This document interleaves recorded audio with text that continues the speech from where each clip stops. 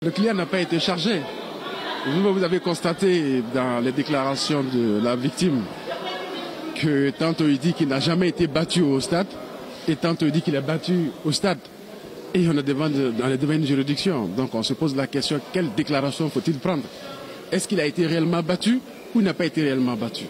Dans son PV d'audition, il déclare qu'il a été battu. Et devant le tribunal, il déclare ici qu'il n'a pas été battu. Donc, compte tenu de ces déclarations, de ces contradictions dans ses propos, on se pose la question sur quelle scène il faut se vouer.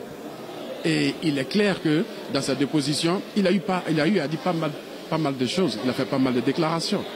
Et on constate ici aujourd'hui que tout est complètement opposé. Donc, on se pose la question, franchement, quelle charge faut-il accorder, mais quel crédit faut-il accorder au propos d'une personne qui dit une chose et son contraire à la fois.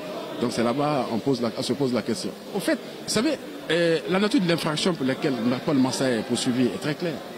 Paul Massa est poursuivi ici pour enlèvement, il est poursuivi effectivement pour torture, et il est poursuivi aussi à la fois pour séquestration.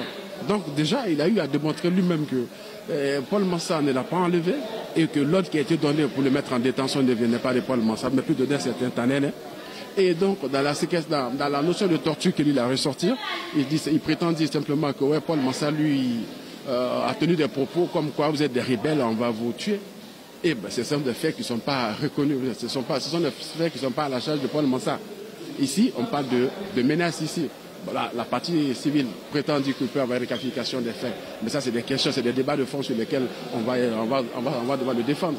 Donc, c'est des questions. Pour l'instant, nous ne pouvons pas conclure que Paul Massa a émis une quelconque torture ou qu'il a émis une quelconque séquestration ou un quelconque enlèvement. D'autant plus que lui-même, il le reconnaît.